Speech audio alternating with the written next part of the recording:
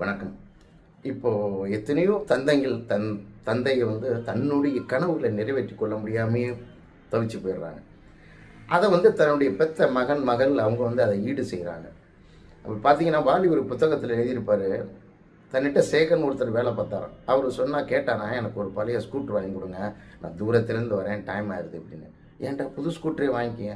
இல்லை அந்தளவுக்கு வசதி வாய்ப்பு இல்லை அப்படின்னு. அந்த நேரம் ஒரு தயாரிப்பாளர் தன்னிட்ட இருந்த காரை விற்றுட்டு வேறு காரை வாங்குறதுக்கு ஏற்பாடு பண்ணிகிட்டு இருக்காரு. அது வாலிக்கு தெரிஞ்சு போகுது. அவரை கூப்பிட்டு கேட்குறாரு, இந்த பாரு அந்த காரை பாரு, அந்த கார் வேணால் வாங்கிக்குமான்னு. போய் காரை ஒரு ரவுண்ட் அடிச்சுட்டு வந்துட்டு, வேண்டாங்க எனக்கு பழைய ஸ்கூட்டரே போதும்னாராம். அப்படி சொன்னவருடைய பையன் இந்தியாவுக்கு 2 ஆஸ்கார் விருது வாங்கி கொடுத்துருக்காரு. அவர் தான் ஏஆர் ரஹ்மான். ஏஆர் ரஹ்மானுடைய அப்பா பேர் தான் சேகர். அவர் தான் வாலிகிட்ட ஒர்க் பண்ணார். அவருடைய கனவு அவரால் பூர்த்தி பண்ண முடியலன்னு ஏஆர் ரஹ்மான் அதை பூர்த்தி செஞ்சுட்டார். பையனாக இருந்து அப்பாவுக்கு அதை பூர்த்தி பண்ணிட்டார். அதுமாரி இந்த காலத்தில் எத்தனையோ பிள்ளைகள் இருக்காங்க, எத்தனையோ பேரண்ட்ஸு, எத்தனையோ வாரிசெல்லாம் இருக்காங்க. யார் எத்தனை பேர் தந்தையோட கனவை நிறைவேற்றாங்கன்னு தெரியல.